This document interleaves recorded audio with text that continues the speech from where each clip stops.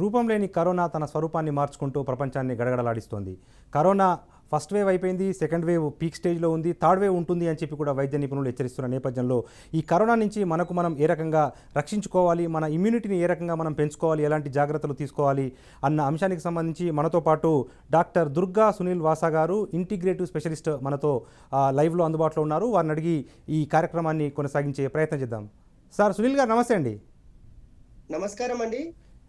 Sir, ఇప్పుడు దేశంలో second wave peak స్టేజ్లో ఉంది, థర్డ్ వేవ్ కూడా ఉంటుంది అని చెప్పి కూడా వైద్య నిపుణులు హెచ్చరిస్తున్న నేపథ్యంలో ఈ కరోనాకు సంబంధించి ఈ హోమియోపతిలో కానీ లేకపోతే హెర్బల్కి సంబంధించి కానీ ఏమైనా జాగ్రత్తలు తీసుకునే అవకాశాలు ఉన్నాయంటారా? ఖచ్చితంగా తీసుకోవచ్చండి. మనము ఇప్పుడు ముఖ్యంగా ఫస్ట్ కరోనా అనగానే మనం అనుకుంటున్నాము, చాలా మంది కరోనా వచ్చిన వెంటనే భయపడుతున్నారు, భయభ్రాంతులు అవుతున్నారు.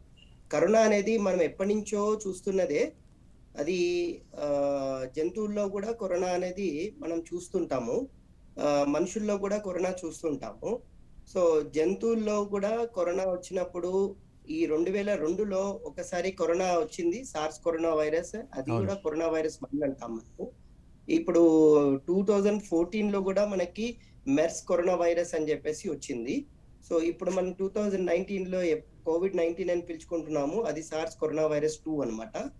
సో ముఖ్యంగా ఇవన్నీ కూడా బ్యాట్ కి తోటి వచ్చాయి అని అంటున్నారు, కానీ similarities of corona virus attacking to the bat and మనకి అటాక్ అవుతున్నది సిమిలారిటీస్ 95% ఉన్నాయి అని అన్నారు.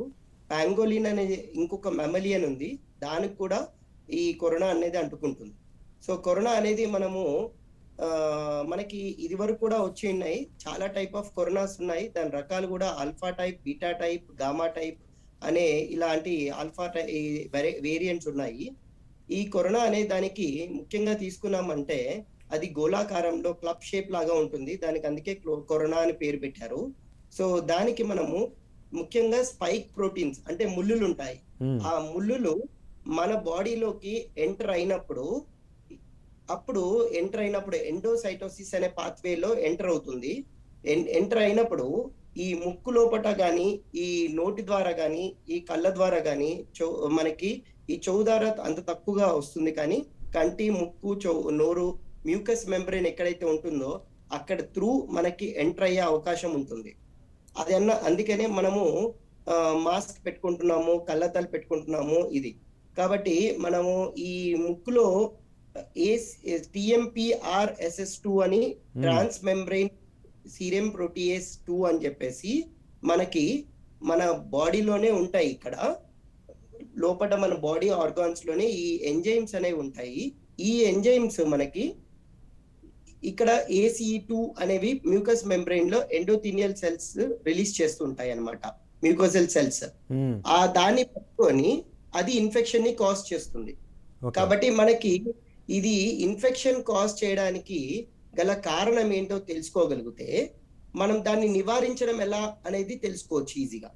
సో అలాగే ఇప్పుడు ప్రతి ఒక్కరు భయాందోళన ఉన్నారు, భయాందోళన అవసరం లేదు. మన సెల్స్ లోని TMPRSS2 ని మళ్ళీ ACE2 అంటే యాంజియోటెన్సిన్ కన్వర్టింగ్ ఎంజైమ్ 2 ని ఎలా మనం ఇనిబిట్ చేసుకోవాలి, దానికి అందకుండా ఎలా చేసుకోవాలి అనేది మనం చేసుకుంటే చాలా మంచిగా ఉంటాయి. ఫర్ ఎగ్జాంపుల్ మనము ఈ ACE2 TMPRSS2 ని ACE2 ని ఎలా నియంత్రించవచ్చు అనేది మనము ప్రివెన్షన్ మోడ్ లో మనము చదువుకోవచ్చు, మనం తెలుసుకోవచ్చు అండి. దాని గురించి నేను చెప్తున్నాను. ముఖ్యంగా ఈ అశ్వగంధ అందరు వినే ఉంటారు, అశ్వగంధ అని విథియానా సోమ్నిఫెరమ్ అని అంటాం మనము. అశ్వగంధ అనేది మనకి ఈ TMPRSS2 ని ఇనిబిట్ చేస్తుంది, ఎక్కువగా వైరస్ కి అందకుండా కాపాడుతుంది. ఈ cell adhesion method, adsorption method లో హోస్ట్ సెల్ హోస్ట్ అంటే మనమేనండి, మన సెల్ ఇది రిలీజ్ అయ్యేదాన్ని అది ఎక్కువగా రిలీజ్ కాకుండా చేస్తుంది. అప్పుడు ఆ స్పైక్ అంటే ఎస్ ప్రోటీన్ అంటాము, అది ACE2 తోటి అది టచ్ అవ్వకుండా బ్లాక్ చేయడంలో ఇంపార్టెన్స్ గా పనికొస్తుంది. దీనిలో ఫైటోకెమికల్ విథియోనోన్ అని ఉంటుందో లీవ్స్ లో ఉంటుంది, అశ్వగంధ అనే లీఫ్ లో ఉంటుంది, అశ్వగంధ అనే రూట్ లో ఉంటుంది, అశ్వగంధ అనే చెట్టుకి ఒక బార్క్ ఉంటుందండి, కాడ అంటాము. ఆ కాడాలో కూడా ఈ విథియోనోన్ ఉంటుంది. ఈ విథియోనోన్ ఏం చేస్తుంది అంటే ఈ TMPRSS2 ని ఇనిబిట్ చేయడం వల్ల మనకి ఆ స్పైక్ ని ఈ ACE2 తోటి ఇంటరాక్ట్ అవ్వకుండా చేస్తుంది. ఇంటరాక్ట్ అంటే కలవకుండా చేస్తుంది. అప్పుడు మనకి ఇన్ఫెక్షన్ అనేది కాజ్ కాదు. అయితే ఇది సార్ ప్రివెన్షన్ మెథడ్ గా యూజ్ చేసుకోవచ్చండి. సార్ ఇప్పుడు అలా సార్ ఇంకొక ఒక్క నిమిషం సార్. చెప్పండి. ఇప్పుడు అశ్వగంధ అనేది ఇప్పుడు కరోనా నియంత్రణ కోసం బాగా పనిచేస్తుంది అని చెప్పి మీరు చెప్తా ఉన్నారు. కానీ దాన్ని ఏ రకంగా వాడాలి? ఎందుకంటే Yes. హోమియోపతి పేరుతోటి లేకపోతే ఇతరత్ర వాటిలతోటి కొంతమంది తమ ప్రాణాల మీదకి తెచ్చుకుంటున్న పరిస్థితి కూడా మనం చూసాం. ఎందుకంటే భయాందోళనతో కనీసము దీంతోనన్నా మనం బతకగలుగుతాము అని చెప్పి కొంతమంది ఇష్టారాజ్యంగా వాడుతున్నారు. సో ఈ అశ్వగంధకు సంబంధించి మనం ఏ రకంగా వాడితే ప్రయోజనాలు ఉంటాయంటారు? అదే అశ్వగంధ అనేది మనకి మార్కెట్ లో చాలా దగ్గర దొరుకుతుందండి. ఇప్పుడు ఆయుర్వేదిక్ లో కానీ హోమియోపతిలో కానీ ఈ అశ్వగంధ అనేది దొరుకుతుంది. ఆయుర్వేదిక్ లో మనకి హిమాలయ హర్బ్స్ లో అశ్వగంధ అనేది సపరేట్ గా టాబ్లెట్ ఫామే దొరుకుతుంది. 250 mg రూట్ తోటే తయారు చేస్తారు. అందులో విథియోనోన్స్ ఉంటాయి డెఫినెట్ గా. ఆ విథియోనోన్ మనం టాబ్లెట్ ఒకటి పొద్దున ఒకటి రాత్రి ఒకటి వేసుకోవడం వల్ల ఆయుర్వేదిక్ లో హిమాలయ ప్రోడక్ట్ మనకి దీని వల్ల ఎన్ని ఇంపార్టెన్స్ ఉంది అని అంటే ఈ పాథోజెనిసిస్ ఆఫ్ వైరస్ నేను కొంచెమే చెప్పాను. అది దాని డెప్త్ లో వెళ్ళాలి అనుకుంటే కొంచెంసేపులో పోదాము డెప్త్ లోకి. అయితే ఈ టాబ్లెట్స్ మనకి పొద్దున ఒకటి రాత్రి ఒకటి వేసుకోవడం వల్ల ఈ TMPRSS2 అనేది ఇనిబిట్ అయి ఉంటుంది. ఇది ACE2 ని కూడా ఇనిబిట్ చేస్తుంది. సో దానికి రెండిటికి అందకుండా చేస్తుంది కాబట్టి మనకి వైరస్ అంత తొందరగా అటాక్ కాదు. అయినా కూడా పెద్ద సిమ్టమ్స్ కనపడవు. సో మనము ఇంకా డీప్ గా వెళ్తే చాలా మంది ఈ మధ్య కాలంలో రెమిడిసివిర్ ఇంజెక్షన్ దొరకక ఆ రెమిడిసివిర్ కోసం తిరిగి భయాందోళన పొంది ఆ రెమిడిసివిర్ దొరకకపోతే ప్రాణాలు దొరకవు అని చాలా మంది అంటున్నారు. ఆ రెమిడిసివిర్ అనేది మన ఆర్ఎన్ఏ డిపెండెంట్ RNA పాలిమరేజ్ అనే దాన్ని ఆధారంగా పనిచేస్తుంది. ఆ రెమిడిసివిర్ అనే ఇంజెక్షన్ మనకి ఎబోలా వైరస్ అనే దాన్ని నియంత్రించడానికి కనుక్కున్న మెడిసిన్ అది. కానీ ఈ కరోనా వైరస్ లో కూడా RDRP అంటే ఇవన్నీ మన బాడీలోనే ప్రొడ్యూస్ అవుతాయి. హోస్ట్ సెల్ లోనే ప్రొడ్యూస్ అవుతాయి ఇవన్నీ కూడా ఎంజైమ్స్. ఆ RDRPని ఇనిబిట్ చేయడం, అది పట్టుకోవడం వల్ల ఆ వైరస్ ఎక్కువగా మల్టిప్లై అవుతుంది. అంటే పిల్లల్ని పెట్టి దాన్ని ఎక్కువగా మల్టిప్లై అవుతుంది అనమాట. ఆ RDRPని కూడా ఇనిబిట్ చేసే కెపాసిటీ ఈ విథియోనోన్ కి ఉంది. ఇంకోటి అశ్వగంధ రూట్స్ కి ఉంది. కాబట్టి మనం ఎంత అది మార్కెట్ లో మీరు వెళ్ళి కొనుక్కుంటే హిమాలయ వాళ్ళది 250కి వస్తుంది. అదే మీకు రెమిడిసివిర్ గవర్నమెంట్ రేట్ ప్రకారంగా చూసుకుంటే మనకి 900కి రావాలి. అది గవర్నమెంట్ కూడా ప్రొడ్యూస్ చేస్తుంది ఫ్రీ ఆఫ్ కాస్ట్ లో గవర్నమెంట్ సెంటర్స్ లో.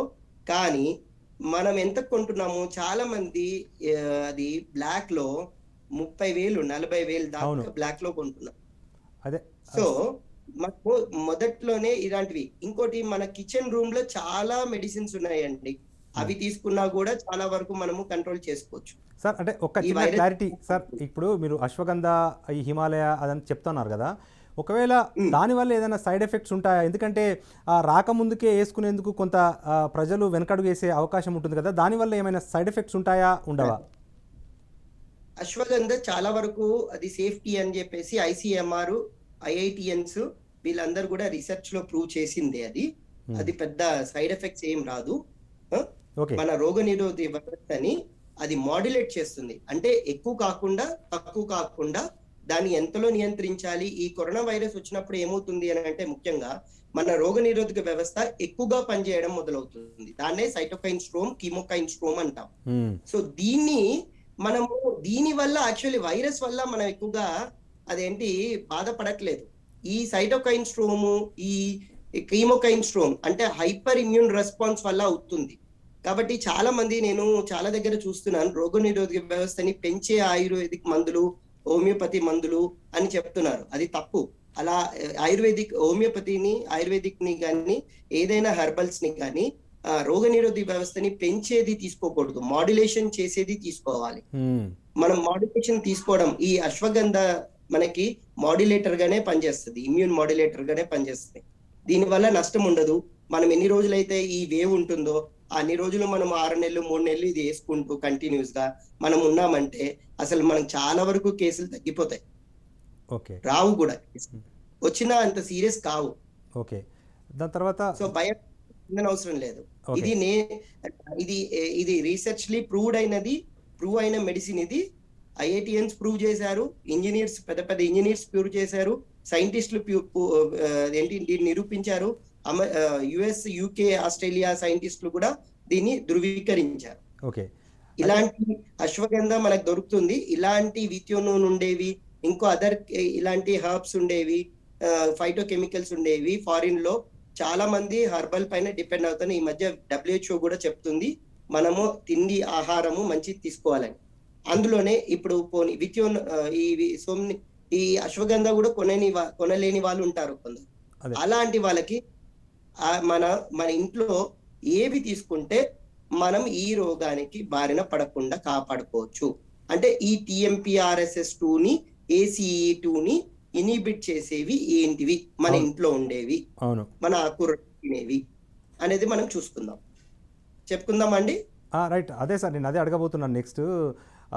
మనం ప్రస్తుతం ఇప్పుడు బయటికి కూడా మనం పోయి కొనుగోలు చేసే పరిస్థితి లేదు. నిజంగా మీరు అంటున్నది ప్రజల్లో అవగాహన పెరిగితే కనుక అది కూడా కొరత ఏర్పడే అవకాశం ఉంటుంది. ఇటువంటి నేపథ్యంలో తక్షణము మనం రిలీఫ్ కావాలంటే, తక్షణము మనకు మనం ప్రొటెక్ట్ చేసుకోవాలంటే మన ఇంట్లోనే మన కిచెన్లో ఉండే వేటిని మనం వినియోగించాల్సి వస్తుంది అంటారు? సరే, మనము ఫస్ట్ కిచెన్ లో మనము చేసుకోవాలి అన్నప్పుడు దానిలో ఉండే కెమికల్స్, ఫైటో కెమికల్స్ ఏమైతే ఉంటాయో, అంటే హెర్బ్స్ లో మనకి ప్రతి ఒక్కటి ఆ హెర్బ్ లో ఒక ఫైటో కెమికల్ ఉంటుంది. దాన్ని ఆల్కలైడ్స్ అంటాము, ఫ్లేవనాయిడ్స్ అంటాము, ఫ్లేవనోన్స్ అంటాము, ఇలా అన్నమాట, ఎక్సెట్రా చాలా ఉంటాయి. అందులో ముఖ్యంగా ఉల్లిపాయల్లో క్వెర్సిటిన్ అనేది ఎక్కువ శాతంలో ఉంటుంది.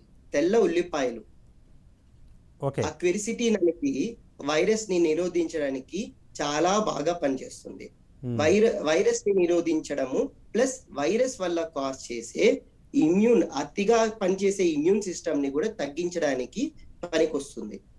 అలాగే మనం కొత్తిమీర ఉంది, కొరియాండ్రమ్ సెటైవం అంటాం. అవును, కొత్తిమీర తీసుకోవడము, కొత్తిమీరని ఒక గ్రైండర్ లో వేసి జ్యూస్ లాగా చేసుకొని ఒక 4 చెంచాలు అది, కొంచెం తేనె, కొంచెం నీళ్లు అలా కలుపుకొని మనం పొద్దున ఒకసారి, రాత్రి ఒకసారి సేవనం చేయడం వల్ల కూడా అది ఈ ACE2 ని వైరస్ కి అందించకుండా కాపాడుతుంది. అది మనము ఇన్ఫ్లుయెంజా వైరస్ ని కూడా నియంత్రించినట్టుగా మనకి ఇంకొకటి వేరే టైప్ ఆఫ్ కరోనా వైరస్ ఇందాక చెప్పుకున్నాం కదా, ఇది మనం బీటా కరోనా వైరస్ మనం ఇప్పుడు బాధపడుతుంది. ఆల్ఫా, బీటా, గామా, డెల్టా అని ఉన్నాయి అని చెప్పాను కదా. వేరే హ్యూమన్ కరోనా వైరస్, హ్యూమన్ కి అంటే హ్యూమన్ అంటే మనం మనుషులు కాజ్ చేసే ఇంకో వేరే కరోనా వైరసెస్ ని కూడా అది దాని నుంచి కాపాడింది అని చెప్పేసి మనకి చెప్పబడి ఉంది. కరివేపాకు కూడా చాలా ఇంపార్టెంట్, దానిలో కూడా మంచి కెమికల్స్ ఉంటాయి. మళ్ళా మనకి మోరింగా ఒర్లిఫెరా అంటాము, అంటే మునగాకు చాలా దివ్యంగా పనిచేస్తుంది. ఇప్పుడు కొందరు పేషెంట్ చూస్తుంటే, కొందరు పేషెంట్ కి అటాక్ అయితే కూడా తెలియట్లేదు, కొందరికి తక్కువలో అటాక్ అవుతుంది, కొందరికి ఏమో సీరియస్ గా హాస్పిటలైజ్డ్ అవుతున్నారు. అవును, ఇది మీరు గమనిస్తున్నారు కదా. అదే సార్, అంటే వాళ్ళకి గతంలో ఎటువంటి అనారోగ్య సమస్యలు లేని ఇద్దరు వ్యక్తుల్లో ఒకరు ఒక రకంగా రికవరీ అయిపోతున్నారు ఈజీగానే, రెండో వాళ్ళు అసలు ప్రాణాలు పోయేంత వరకు కూడా తెలియట్లేదు. ఎందుకు ఈ తారతమ్యము, భేదం కనిపిస్తుంది? అంటే వైరస్ ప్రతి శరీరానికి ఏమైనా భిన్నంగా ప్రభావం చూపిస్తుందా? అదే చెప్పబోతున్నా. మనకి ఏంటిదంటే హీట్ స్పెసిఫిక్ ప్రోటీన్ A5 అని ఉంటుందండి, అదొకటి. ఇంకోటి ఈ TMPRSS2 అనే పాత్వే కాకుండా హ్యాట్ పాత్వే అని చెప్పేసి తీసుకుంటుంది. అప్పుడు కెథెప్సిన్ L అనేది మన బాడీలో రిలీజ్ అవుతుంటది. ఆ కెథెప్సిన్ L ఎక్కువగా రిలీజ్ అయ్యి దాన్ని ఇనిబిట్ చేసుకోలేని వాళ్ళు ఈ హాస్పిటలైజ్డ్ అవ్వడము, ఇట్లా సీరియస్ గా ఎఫెక్ట్ అవ్వడము, కోలుకోని కెపాసిటీ రాకపోవడము. అది ఏంటిదని అంటే మళ్ళీ ఇంటర్లింక్డ్ విత్ మళ్ళీ ఆ కెథెప్సిన్ L ఏంటంటే మళ్ళీ మన నాన్ పెప్టైడ్ ఎండోథీలియన్ రిసెప్టార్స్ అనే దానిలో యాక్టివేషన్ డిస్ఫంక్షన్ అవ్వడం వల్ల మనకి ఈ సీరియస్నెస్ అవుతుందండి ముఖ్యంగా. కాబట్టి దాన్ని కూడా ఇనిబిట్ చేయాలంటే ఈ మునగాకు ఉంది కదా, మునగాకులో ఆరంటినమైడ్ అసిటేట్ అనే ఒక కెమికల్ ఉంటుంది. ఆ మునగాకు పువ్వుల్లో ఉంటుంది, మునగాకులో ఉంటుంది, మునగాకు యొక్క మనకి సీడ్స్ లో కూడా ఉంటుంది, కానీ ఎక్కువగా ఆకుల్లోను పువ్వుల్లోనూ ఉంటుంది.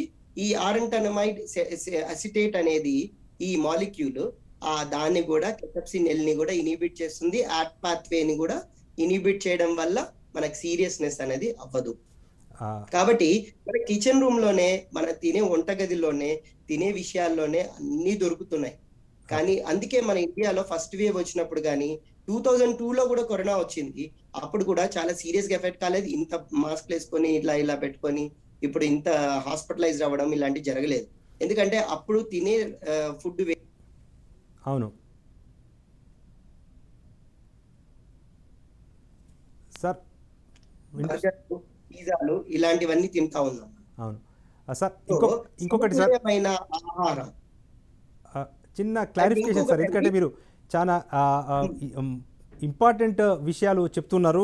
షాకింగ్ అసలు వాస్తవానికి, ఎందుకంటే ఇంతకాలం కూడా ఎవరు ఇటువంటి విషయాలు చెప్పలేదు. మన కిచెన్లోనే మనకు కావాల్సిన, మీరు అన్నట్లుగా తెల్ల ఉల్లిపాయలు కానీ, కొత్తిమీర కానీ, కరివేపాకు కానీ, మునగాకు కానీ, ఇవి రోగ నియంత్రణ కోసం పనిచేస్తాయి. మరీ ముఖ్యంగా కరోనా బారిన పడకుండా మనల్ని రక్షిస్తాయి అని చెప్పి మీరు చెప్తా ఉన్నారు. అయితే ఇవన్నీ కూడా అంటే మనం ఉడకపెట్టాలా, లేకపోతే పచ్చిగా తిన్నా కూడా ఇబ్బంది ఉండదా? ఇప్పుడు మనం ఉల్లిపాయలు అనేవి పచ్చిగా తినొచ్చు. ఓకే. దానిలో కెర్సిటిన్ చాలా ఎక్కువగా ఉంటుంది. ఓకే. ఐసో హార్మనిన్ అని చెప్పేసి ఇంకొక ఫైటో కెమికల్ ఉంటుంది. కాబట్టి అవన్నీ కూడా మనకి రోగ నిరోధక వ్యవస్థని, ఈ లంగ్స్ కి అటాక్ కాకుండా, ఇప్పుడు చూడండి చాలా మంది హాస్పిటల్ నుంచి వస్తున్నారు, కానీ అయినా కూడా ఆయాసంతో ఉంటున్నారు, దగ్గు తగ్గట్లేదు 2-3 నెలల వరకు. ఎందుకంటే మన రోగ నిరోధక వ్యవస్థని స్టీరాయిడ్స్ తోటి అణచేస్తున్నారు. అణచేసినప్పుడు యాంటీబాడీస్ కూడా ప్రొడ్యూస్ కావు ఎక్కువగా. వైరస్ 17 రోజులు ఉంటుంది లేదా 21 రోజులు ఉంటుంది. ఈ స్టీరాయిడ్స్ వాడడం వల్ల ఏమవుతుందంటే, స్టెరాయిడ్స్ వాడడం వల్ల మనకి రోగనిరోధక వ్యవస్థ తగ్గిపోవడం వల్ల వైరస్ ని న్యాచురల్ గా ఎదుర్కొనలేక TH1 అండ్ TH2 రెస్పాన్స్ అని ఉంటుంది. T helper cells and T helper cells 1, T helper cell 2 అని. ఈ రెండింటిని మనము, ఈ వ్యాక్సిన్స్ కూడా ఈ రెండింటి పైన ఆధారపడే తయారు చేసింది. సో మన ఇమ్యూన్ సిస్టమ్ లో ఈ రెండు వ్యవస్థలు చాలా ఇంపార్టెంట్. అంటే సెల్యులార్ ఇమ్యూనిటీ అంటాము అండ్ హ్యూమరల్ ఇమ్యూనిటీ అంటాము. ఈ సెల్యులార్ ఇమ్యూనిటీ మనకి మ్యాక్రోఫేజెస్ యాక్టివేషన్ అవ్వడం వల్ల తర్వాత మనకి యాంటీబాడీస్ ప్రొడ్యూస్ అవుతాయి. IgG, IgM అనే న్యూట్రలైజింగ్ యాంటీబాడీస్ అంటాం. ఈ వ్యాక్సిన్స్ కూడా చేసేవి అవే. సో మనకి హ్యూమరల్ ఇమ్యూనిటీలో ఇంటర్లోకిన్ 4 రిలీజ్ అవ్వడం వల్ల దీర్ఘకాలికమైన యాంటీబాడీస్, అంటే అవి మనము ఈ టెస్ట్లకు కూడా ఇప్పుడు తెలియదు, ఆ యాంటీబాడీస్ ప్రొడ్యూస్ అవుతాయి. దాన్నే హర్డ్ ఇమ్యూనిటీ అని కూడా అనొచ్చు మనం. సో మనకి ఆ యాంటీబాడీస్ ప్రొడ్యూస్ అవ్వాలి అని అంటే ఈ స్టెరాయిడ్స్ తోటి ఎవరైతే అణచేస్తున్నారో వైరస్, దాని వాళ్ళకి ప్రొడ్యూస్ అయ్యే అవకాశం లేదు అది. అందుకనే మనకి మన ఆహార పద్ధతి, అందుకనే inappropriate treatment also mutation of virus అవ్వడానికి కారణం. మీరు స్టేజ్ 1 చూశారు కదా, కరోనా వైరస్, అదే మనం అంటున్నాం కదా, ఇప్పుడు సెకండ్ వేవ్, ఫస్ట్ వేవ్ అంటున్నాం కదా. అవును, ఫస్ట్ వేవ్ లో ఎవరైతే స్టెరాయిడ్స్ వాడి దాన్ని అణిచేయగలిగారో వాళ్ళు ఇప్పుడు నేను చెప్పిన మాటలు కాదు, ఇది ఎయిమ్స్ వాళ్ళు చెప్పిన వాళ్ళు, ICMR వాళ్ళు చెప్పిన వాళ్ళు. కొందరికి యాంటీబాడీస్ ఎవరికైతే ప్రొడ్యూస్ కావట్లేదో వాళ్ళకే సెకండ్ వేవ్ సీరియస్ గా అటాక్ అవుతుంది అని. యాంటీబాడీస్ ఎప్పుడు ప్రొడ్యూస్ కావు?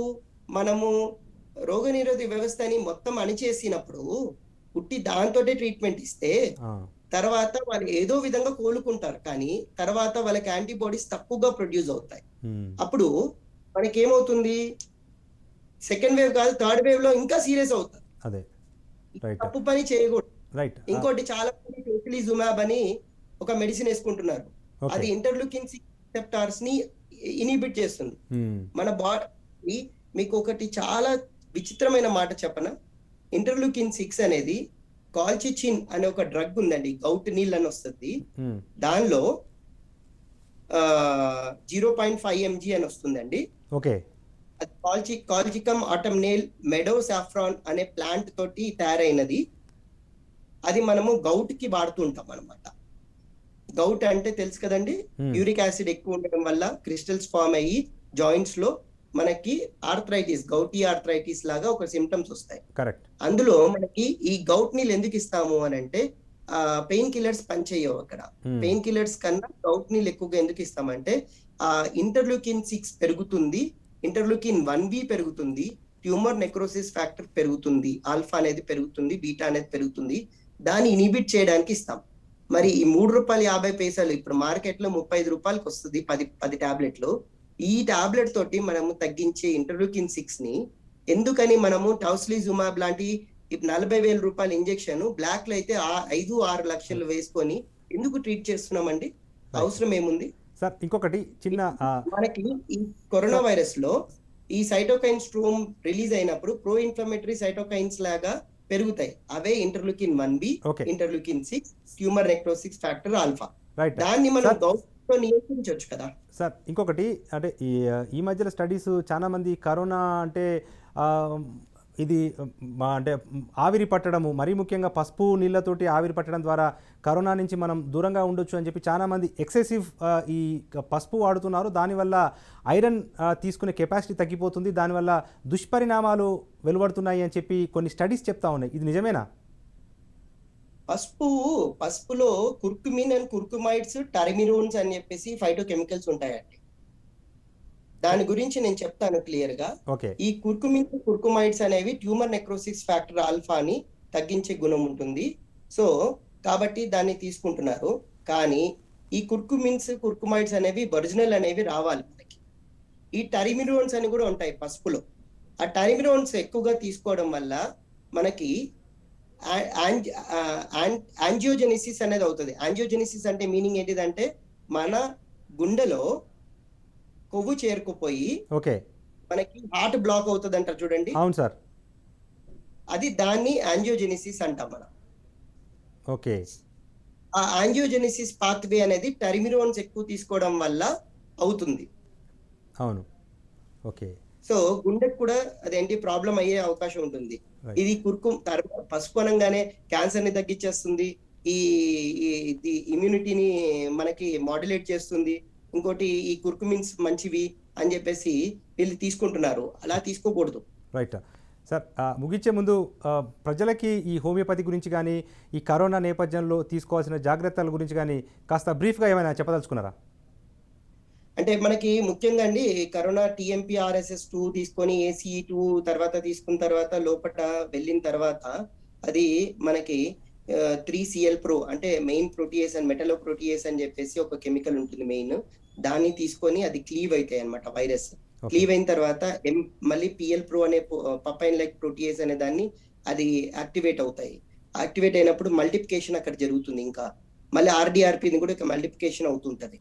సో మనము ఆ తర్వాత మనకి ఏంటంటే ఈ వైరసెస్ ఎక్కువ వచ్చిన తర్వాత మన రోగనిరోధక వ్యవస్థ దానికి ఆపోజిట్ గా పనిచేసి దాన్ని చంపాలని ట్రై చేస్తుంది, కానీ అది చచ్చిపోలేదు. కాబట్టి మన సెల్స్ చంపేస్తుంది. కాబట్టి మనకి ముఖ్యంగా మనకి ఎప్పుడైనా కూడా స్టార్టింగ్ లోనే H1H2 బ్లాకర్ అని చెప్పేసి ఉంటుందండి. ఇస్టమిన్ బ్లాకర్స్ అని ఉంటాయి. ఆ H1H2 ఇస్టమిన్ అంటే ఎంటర్ అయిన తర్వాత ఇస్టమిన్ బ్లాకర్స్ ఎక్కువగా H1H2 ఇస్టమిన్ బ్లాకర్స్ వాడుకోవడం వల్ల ఈ సైటోకైన్ స్ట్రోమ్ అనేది కాకుండా కాపాడుకోగలుగుతాం. ఏవి హెల్ప్ అవుతాయి, హోమియోపతిలో ఏవి హెల్ప్ అవుతాయి, ఇస్టమిన్ గా ఏవి పనిచేస్తాయి అని మనం జనరలైజ్ గా తీసుకున్నప్పుడు అండ్ రోగ నిరోధక వ్యవస్థని కూడా కంట్రోల్ చేసే కెపాసిటీ ఉండేది హర్బ్స్ తీసుకున్నప్పుడు ఫాగోపైరమ్. సార్ ఇవన్నీ మరొక రోజు వీటి గురించి మనం డీటెయిల్గా చర్చిద్దాము. మీరు కరోనాతో ఆందోళన చెందుతున్న ప్రజలకు మాత్రం చాలా కాన్ఫిడెన్స్ కలిగించే విషయాలు చెప్పారు. మెడిసిన్స్ కోసం ఉరుకులాడకుండా పరిగెత్తకుండా మన ఇంట్లో వంటగదిలోనే ఉన్న తెల్ల ఉల్లిపాయలు కానీ, కొత్తిమీర కానీ, కరివేపాకు కానీ, మునగాకును కానీ అధికంగా తీసుకోవటం వల్ల కరోనా మన దరికి చేరకుండా మనము జాగ్రత్తలు కాపాడుకోవచ్చు అని చెప్పి మీరు చెప్తా ఉన్నారు. చాలా ధన్యవాదాలు సార్.